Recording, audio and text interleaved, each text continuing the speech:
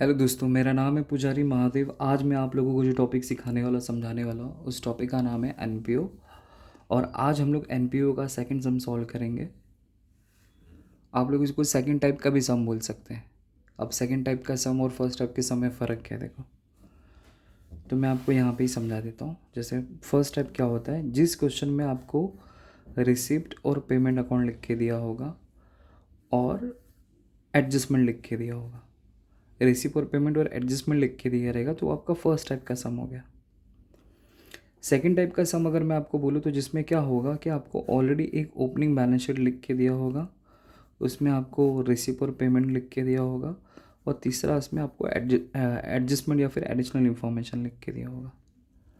तो अगर इस सम को अगर आप लोग ध्यान से देखेंगे, जैसे मैं जो क्वेश्चन नंबर 7 आपको सिखाने जा रहा हूँ ये वाला, तो इसमें देखो आपको ऑलरेडी एक बैलेंस शीट लिख के दिया है यहाँ पे, और रिसिप्ट और पेमेंट लिख के दिया है, और यहाँ पे एडिशनल एडजस्टमेंट लिख के दिया है आपको। तो इसका मतलब ये सेकेंड टाइप का सम हो गया। तो लास्ट लेक्चर पे मैंने आपको जो सिखाया था वो फर्स्ट टाइप का सम था, जिसमें आपको रिसिप्ट और पेमेंट और एडिशनल इन्फॉर्मेशन लिख के दिया था। अब ओपनिंग बैलेंस शीट और रिसिप्ट और पेमेंट और एडिशनल इन्फॉर्मेशन लिख के दिया रहेगा, तो आपके सेकेंड टाइप का सम हो जाएगा। तो आज हम लोग वही करने वाले।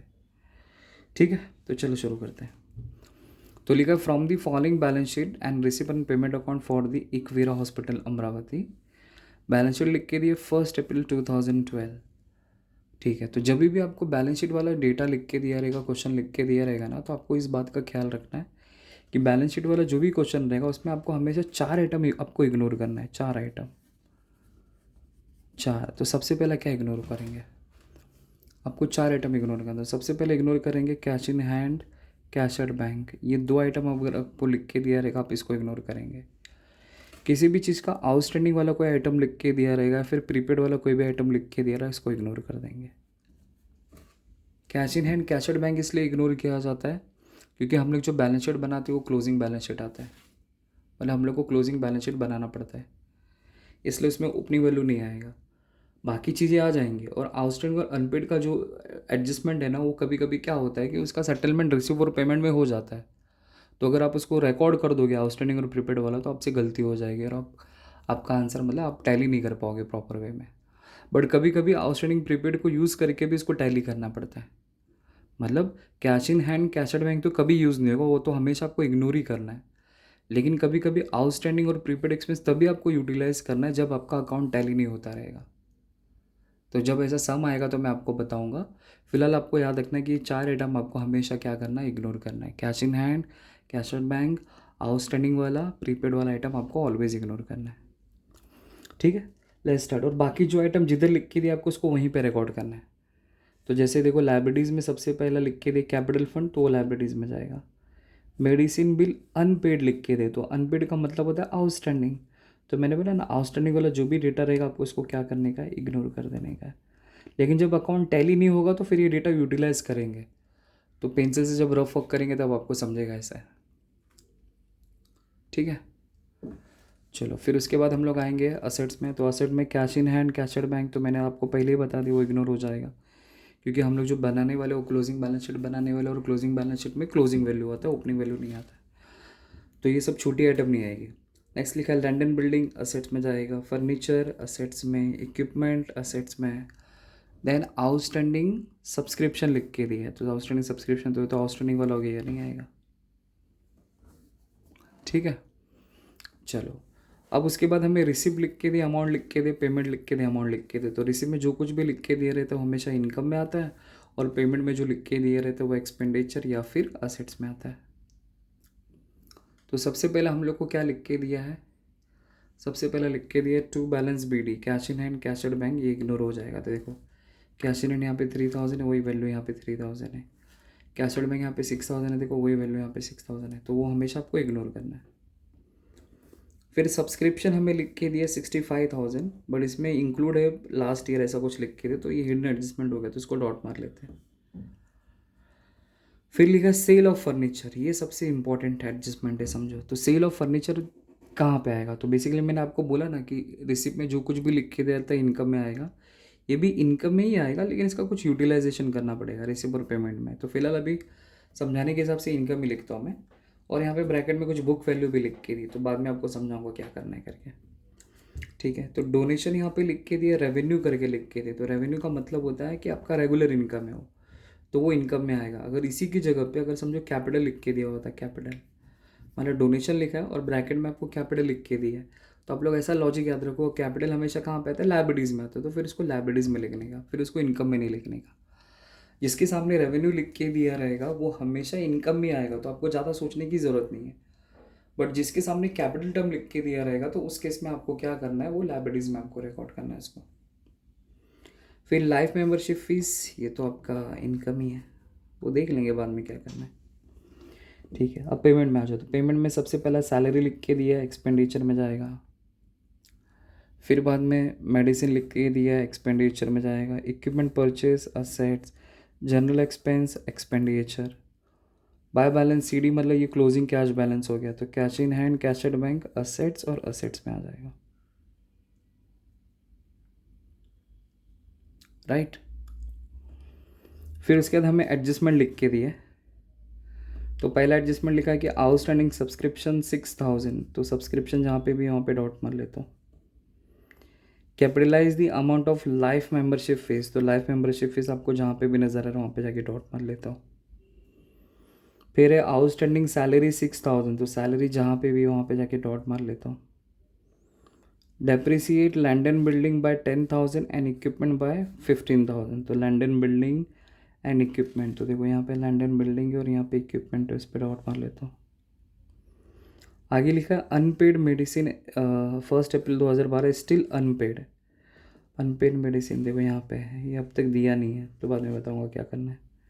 और बोला प्रिपेयर इनकम और एक्सपेंडिचर अकाउंट बनाओ फॉर 31/2013 का और बैलेंस शीट बनाओ, और ये जो सम आया वो जुलाई 2017 में आया हुआ है, अच्छा सम है मतलब, ठीक है। तो मैं फॉर्मेट बनाता हूँ फिर आपको बताता हूँ। तो यहाँ पे मैंने फॉर्मेट ड्रॉ कर लिया है, तो आपको लिखना है in the books of Ekvira hospital Amravati income and expenditure account for the year ended 31 मार्च 2013। ऊपर लिखते हैं इनकम और एक्सपेंडिचर अकाउंट, जब ड्रॉ करते हैं तो पहला आता है एक्सपेंडिचर फिर आता है इनकम। प्लीज़ बच्चों लोग ये गलती मत करना, पहले इनकम मत लिखना पहले फिर बाद में एक्सपेंडिचर, भले नाम ऐसा लिखेंगे बट पहले एक्सपेंडिचर आएगा फिर बाद में इनकम आएगा, ठीक है। फिर यहाँ पे मैंने बनाया है balance sheet, liabilities rupees rupees, assets rupees rupees, ठीक है। लेट्स स्टार्ट, सम सॉल्व करते हैं।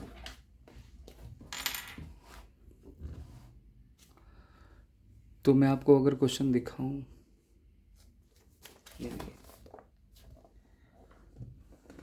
ये देखो ये है। तो शुरुआत करेंगे पहले बैलेंस शीट से, तो बैलेंस शीट में सबसे पहला क्या लिख के दिया, कैपिटल फंड,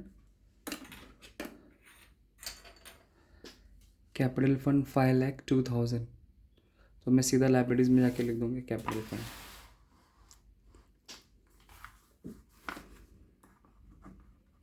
कैपिटल फंड 5,02,000, और हमेशा उसको इनर कॉलम में लिखना है आपको और 3 से 4 जगह छोड़नी है। फिर उसके बाद क्वेश्चन में क्या बोला देखो, मेडिसिन बिल अनपेड 3,000, मैं तो बोला आपको इग्नोर करने के लिए, बट उसमें एडजस्टमेंट लिख के दिया था कि वो अब तक पेड नहीं हुआ है, मतलब अब तक हमने इसको पेड नहीं किया, उसके ऊपर डॉट मारा है, तो मतलब अब तक पे करना बाकी है, तो इसका मतलब मेरे को आज नहीं तो कल देना पड़ेगा, तो मेरे को अभी भी इसको फिर लाइब्रेरीज में रिकॉर्ड करके रखना पड़ेगा। अगर वो नहीं लिख के दिया रहता ना, ये वाला अगर एडजस्टमेंट मुझे नहीं लिख के दिया रहता तो मैं इसको इग्नोर कर दिया रहता, तो मैं समझता कि मैंने इसको पेड कर दिया, बट वो लोग ने स्पेसिफिकली ऐसा बोला है कि ये पैसा आप आज तक आपने पे नहीं किया है, तो ठीक है, तो मुझे शो कर मतलब अपने बुक्स ऑफ अकाउंट में इसको शो करना पड़ेगा, बताना पड़ेगा। इसलिए मेडिसिन बिल अनपेड जो कैंसिल कर रहा था वो सीधा अब लाइब्रेरीज में रिकॉर्ड हो जाएगा। तो मैंने ऑलरेडी यहाँ पे नाम लिख के रखा है, सीधा 3-4 जगह छोड़ के मैं यहाँ पे लिख दूंगा अनपेड मेडिसिन बिल, और सीधा आउटर में 3,000, ठीक है। फिर इसके बाद जाएंगे नेक्स्ट, फिर देखो यहाँ पे, फिर आपको cash in hand cash at bank तो आपको इग्नोर करना है, तो आएगा ही नहीं। फिर देखो लैंड एंड बिल्डिंग आपको नज़र आता रहेगा 4 लाख रुपया, land and building 4 lakh, but उसके ऊपर डॉट है तो इनर कॉलम में लिखूंगा। फर्नीचर भी असेट्स में आएगा, इक्विपमेंट भी असेट्स में आएगा, ये इग्नोर हो जाएगा, तो ये तीनों वैल्यू मैं असेट्स में एक एक करके रिकॉर्ड कर लेता हूँ। तो लैंड एंड बिल्डिंग पे डॉट है और इक्विपमेंट पे डॉट है, ठीक है।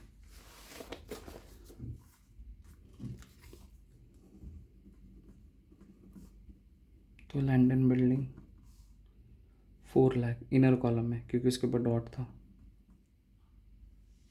फिर इसके बाद फर्नीचर पे 35,000 पे तो डॉट नहीं, तो सीधा आउटर में 35,000। फिर इसके बाद में इक्विपमेंट, उस पर डॉट था इसलिए 60,000 यहाँ पे आ जाएगा। बस जो था मैंने वैसा लिख के आपको बता दिया। देखो बिल्डिंग था 4 लाख, तो 4 लाख रिकॉर्ड किया मैंने। फर्नीचर पे डॉट नहीं था इसलिए सीधा आउटर में 35,000 लिखा।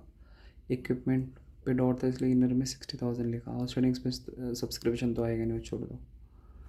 अब आ जाओ रिसीव और पेमेंट पे। तो पहले शुरुआत करते हैं रिसिप्ट से। तो रिसिप्ट में तो टू बैलेंस बीडी वो तो इग्नोर हो जाएगा। फिर यहाँ पे सब्सक्रिप्शन लिख के दिया 65,000, लेकिन ब्रैकेट में क्या लिखा है, इसके अंदर इंक्लूड है 1,000 रिसीव फॉर लास्ट ईयर हो गया, पिछले साल का ये साल में मिला वो 1,000 इसके अंदर इंक्लूड है। तो मैंने तुम लोग को क्या बोला कि कोई भी चीज़ अगर किसके अंदर इंक्लूड रहेगा तो वो गलती से उसके अंदर इंक्लूड हो गया तो इसको हटाना पड़ेगा, निकाल के फेंकना पड़ेगा। तो कोई भी चीज़ किसके अंदर इंक्लूड है तो उसको लेस कर दो, बस सिंपल। तो सब्सक्रिप्शन में से मैं क्या करूँगा, 65 में से 1,000 लेस कर दूँगा। तो मैं सब्सक्रिप्शन तो इनकम में आता है तो इसलिए मैं यहाँ पे रिकॉर्ड करूँगा। तो लिखूँगा बाय सब्सक्रिप्शन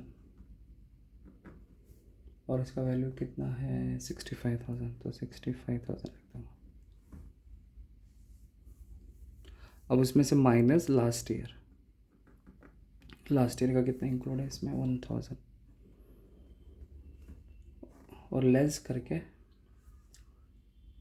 नीचे लिखूँगा क्योंकि उस पर एडजस्टमेंट था ना, हम 2 डॉट है तो 64,000 आएगा।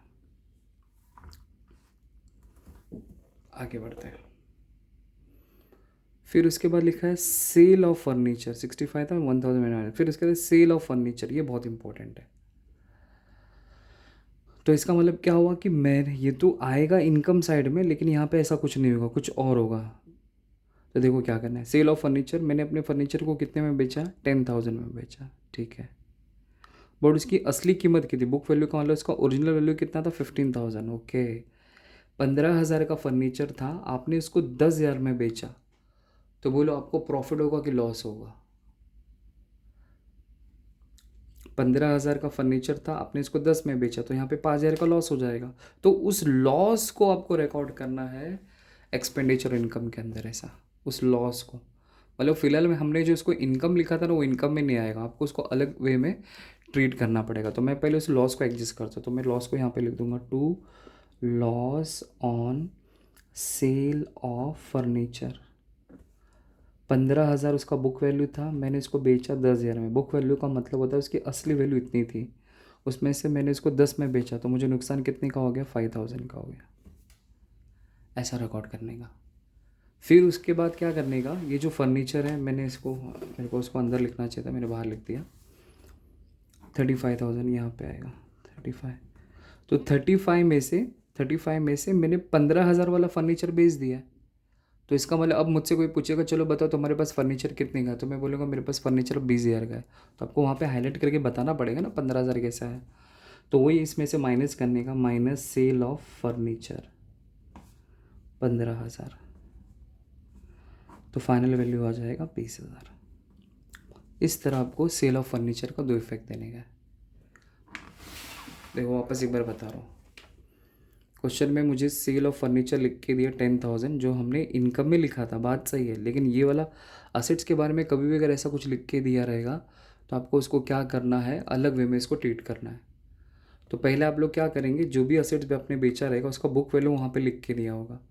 तो बुक वैल्यू को सेलिंग प्राइस से कंपेयर करने का, कि मेरा फर्नीचर था 15,000 का पर मैंने इसको बेचा 10,000 में, तो मुझे 5,000 का नुकसान हो गया। तो उसका डिफरेंस आपको इनकम और एक्सपेंडिचर अकाउंट में रिकॉर्ड करने का। तो मैंने यहाँ पे क्या लिखा, to loss on sale of furniture. अगर वही प्रॉफिट होता तो मैं यहाँ पे लिख देता, पर यहाँ पे तो लॉस हो रहा है इसलिए मैं यहाँ पे लिखूँगा। तो 15,000 का था, 10 में बेचा तो बचा, मतलब 5,000 का लॉस हो गया। फिर जो मैंने फर्नीचर बेचा उसको उस सेल ऑफ मतलब फर्नीचर में से उसको माइनस कर देने का, लेकिन यहाँ पे बुक वैल्यू माइनस करने का, ये बात याद रखना, book value not a selling price. और इस तरह वो एडजस्ट हो जाएगा, ठीक है। चलो आगे बढ़ते हैं। फिर उसके बाद अगर मैं देखूँ,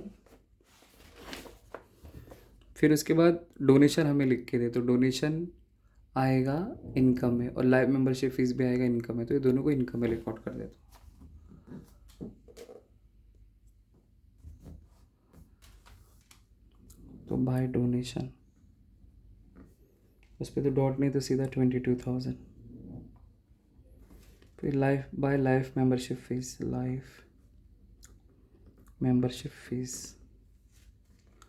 12,500, ये इनर में आएगा क्योंकि उसके ऊपर डॉट था ऐसा। ठीक है, अब आ जाओ पेमेंट में। तो देखो, तो पेमेंट में सबसे पहले सैलरी लिख के दी है 55,000, तो एक्सपेंडिचर में आ जाएगा, मेडिसिन आ जाएगा, एक्सपेंडिचर, तो ये दोनों को पहले रिकॉर्ड कर देता हूँ।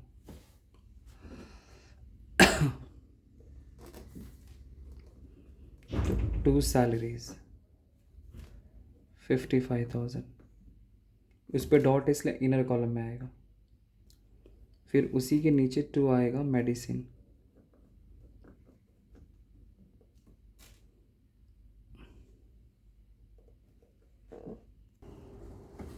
तो मेडिसिन हम लोग को लिख के दिया है 26,000, तो उस सीधा आउटर कॉलम में जाएगा 26,000।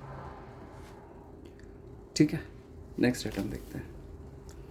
तो देखो, नेक्स्ट आइटम आपको लिख के दिया है इक्विपमेंट परचेज, तो इक्विपमेंट कहाँ पे आता है, असेट्स में आता है, तो सीधा जाके इसको असेट्स में रिकॉर्ड कर देंगे। तो इस पर तो कोई डॉट नहीं, तो सीधा ऑर्डर कॉलम में जाएगा। नहीं, ऑलरेडी वहाँ पे है, तो अगर ऑलरेडी वहाँ पे है तो फिर इसमें क्या कर देने का, प्लस एडिशनल करके, क्योंकि ओपनिंग तो लिख के नहीं दिया है। तो एडिशनल का मतलब होता है कि हमने एक्स्ट्रा इक्विपमेंट परचेस किया, कितने का, 10,000 का, तो यहाँ पे 10,000 ऐड ऑन कर लेंगे।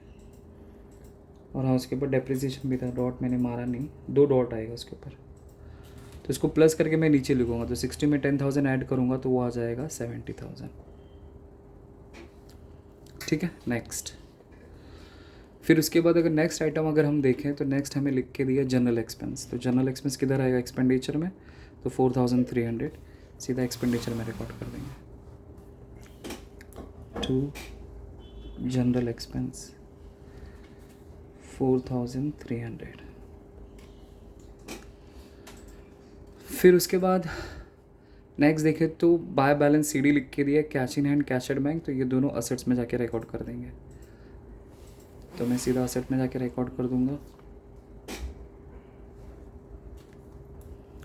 तो cash in hand, cash at bank, और सीधा आपको आउटर में लिखना है, जिस पे डॉट नहीं रहेगा वो आउटर में जाएगा। ठीक है, रिकॉर्ड कर दिया।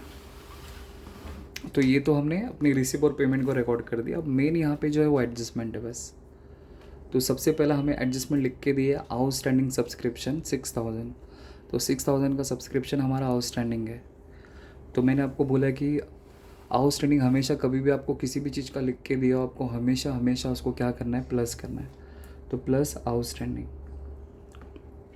कितना लिख के दिया, 6,000 ऐड कर देंगे तो ये आ जाएगा 70,000। अब हमें आउटस्टैंडिंग का सेकंड इफेक्ट देने का है, तो आउटस्टैंडिंग का सेकंड इफेक्ट किधर आएगा, लाइबिलिटीज़ में आएगा, बराबर। बट ऐसा सोचना गलत है, क्यों, क्योंकि आउटस्टैंडिंग ये इनकम है। अगर कोई हमारा आउटस्टैंडिंग इनकम अगर होगा तो वो हमेशा कहाँ पे आता है, असेट साइड में आता है। अगर कोई एक्सपेंस होगा तो लाइबिलिटीज़ में आएगा। तो ये तो हमारा इनकम है। तो मैंने लास्ट लेक्चर में आपको मैंने बताया रहेगा कि आउटस्टैंडिंग एक्सपेंस और आउटस्टैंडिंग इनकम का दो इफेक्ट कैसे दिया जाता है। तो वीडियो से आप चेकआउट कर लेना, आपको पता चल जाएगा।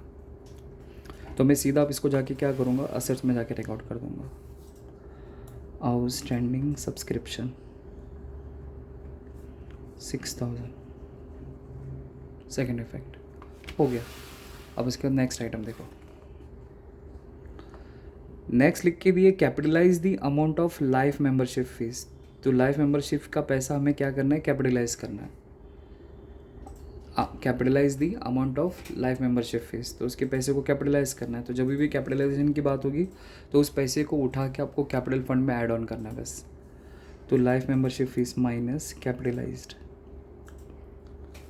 कुछ नहीं बोला, मतलब पूरा अमाउंट कैपिटलाइज हो जाएगा, तो ये नील।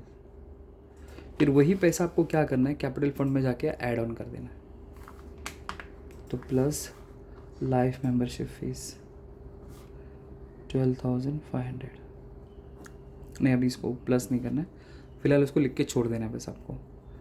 तो इसका दो इफेक्ट मैं कैसे दे रहा हूँ तो मैंने लास्ट लेक्चर में बताया रहेगा, आप लोगों को वीडियो चेकआउट कर लेना, आपको पता चल जाएगा। ठीक है, नेक्स्ट देखते हैं। नेक्स्ट थर्ड लास्ट है, आउटस्टैंडिंग सैलरी 6,000। तो ओके, मेरा 6,000 की सैलरी पे करना बाकी है। तो आपको याद रखना है कि आउटस्टैंडिंग हमेशा प्लस होता है, तो आपको जाके पहले प्लस कर देना। तो सैलरी देखो मैंने यहाँ पे ऑलरेडी एक्सपेंडिचर में लिखा है, प्लस आउटस्टैंडिंग 6,000, तो यह आ जाएगा 61,000। अब उसी का सेकंड इफेक्ट हम लोग कहाँ पे लिखेंगे, जाके लायबिलिटीज़ में लिखेंगे। तो आउटस्टैंडिंग एक्सपेंस का सेकंड इफेक्ट लायबिलिटीज़ में आता है। तो आउटस्टैंडिंग सैलरी 6,000 हो गया, दो इफेक्ट। नेक्स्ट लिखा है एकदम सिंपल, लिखा है that depreciate land and building 10,000 and equipment by 15,000। तो लैंड एंड बिल्डिंग का 10% कम करना है और इक्विपमेंट का 15,000। तो मैं लैंड असेट में जाऊंगा, यहाँ पे लैंड एंड बिल्डिंग देखो मैंने लिखा ही है, सीधा माइनस कर दूंगा, माइनस डेप्रिसिएशन कितना है मेरा 10,000। तो 4 लाख में से 10,000 गया तो 3,90,000 आ जाएगा। फिर उसी तरह फर्नीचर नहीं, इक्विपमेंट यहाँ पे देखो मैंने 70,000 लिखा, उसके नीचे लिख दूंगा माइनस डेप्रिसिएशन 15,000, तो यह आ जाएगा 55,000। अब डेप्रिसिएशन का सेकंड इफेक्ट किधर देना है आपको, एक्सपेंडिचर में। बस दो ही घर है यहाँ पे, तो अपने लिए लॉस है इसलिए एक्सपेंडिचर में आ जाएगा। तो to depreciation on land and building, सीधा आउटर में 10,000। फिर बाद में टू डेप्रिसिएशन ऑन इक्विपमेंट, सीधा आ जाएगा इक्विपमेंट कितना है 15,000 हो गया। And last and final adjustment हमें क्या लिख के दिया, वो तो जस्ट इन्फॉर्मेशन है, तो मैंने तो पहले उसको रिकॉर्ड कर लिया था। लिखा था unpaid medicine bill 1 April 2012 is still unpaid. Okay, तो हमारा अनपेड मेडिकल बिल था जो आज तक हम लोग अब तक पे नहीं किए उसको, तो उसको तो मैंने ऑलरेडी लाइब्रेरीज में पहले ही रिकॉर्ड करके आपको बता दिया था। ऐसा हो गया, इसका कोई दो इफेक्ट आपको देने की ज़रूरत नहीं। ठीक है, अब हम लोग फटाफट क्या करेंगे, अकाउंट को क्लोज करेंगे। तो सबसे पहले हम लोग अकाउंट क्लोज करेंगे, इनकम और एक्सपेंडिचर अकाउंट। तो ओनली आपको आउटर कॉलम क्लोज करना है। तो आउटर कॉलम तो पहले चेकआउट कर लेते कि सबको हमने बाहर लिया कि नहीं, सबको बाहर ले लिया है। ठीक है, तो अगर मैं इनकम की बात करूँ तो 70,000 प्लस 22,000, तो ये आ जाएगा 92,000। अब ये एक्सपेंडिचर को भी मैं ऐड ऑन करके देख लेता हूँ कितना आता है। आप लोगों को तो कैलसी अलाउ नहीं, बट मैं यूज़ कर रहा हूँ, नहीं तो टाइम ज़्यादा चल जाएगा। 5,000 plus 61,000 plus 26,000 plus 43 plus 10,000 plus 15,000। तो इट मीन्स यहाँ पे एक्सपेंडिचर आता है मेरा 1,21,300 आता है, और मेरा इनकम आता है यहाँ पे 92,000। तो इसका मतलब एक्सपेंडिचर ज़्यादा हो गया, तो जो साइड ज़्यादा होगा आपको दोनों तरफ लिखना है। तो 1,21,300 यहाँ पे लिखा, 1,21,300 यहाँ पे लिख दिया। अब 1,20,300 में से 92,000 में माइनस कर दूंगा, तो हमारा फाइनल आंसर आ जाएगा 29,300। डिफरेंस वैल्यू 29,300 आउटर में लिखना है। तो क्रेडिट में जो डिफरेंस आएगा उससे कहते हैं डेफिसिट, मतलब हमें लॉस हो गया। डेफिसिट मतलब लॉस। अगर वही डिफरेंस समझो अगर डेबिट में आ रहता तो मैं यहाँ पे लिखता टू सरप्लस लिख देता, सरप्लस। ठीक है, अब यही डेफिसिट आपको क्या करना है, क्या लाइफ मेंबरशिप फीस में से इसको माइनस कर देना है। तो माइनस डेफिसिट 29,300, फिर फाइनल आंसर आ जाएगा। तो मैं एक साथ 5,02,000 माइनस 12,500 माइनस 5,02,000 प्लस 12,500 माइनस 29,300, तो आता है 4,85,200। मतलब इन दोनों को मैंने प्लस किया और ये माइनस कर दिया, बस अब फाइनल आंसर आ जाएगा टोटल करके। तो मैं इसमें ऐड करता हूँ 3,000 प्लस 6,000, तो ये आता है 4,94,200। अब उसी तरह हम लोग असेट्स का टोटल मार लेते हैं फटाक से। तो पहला वैल्यू है 3,90,000, सेकेंड वैल्यू है 20,000, नेक्स्ट वैल्यू है 55,000, नेक्स्ट वैल्यू है 7,700, नेक्स्ट वैल्यू 15,500, नेक्स्ट वैल्यू है 6,000। और इस तरह आंसर आता है 4,94,200। और इस तरह आपका सम टैली हो गया। और जब टैली होगा तब जाके आपके झोले में कितना मार्क्स आएगा? 12 मार्क्स। मैं उम्मीद करता आपको ये सम समझा होगा। ठीक है, थैंक यू।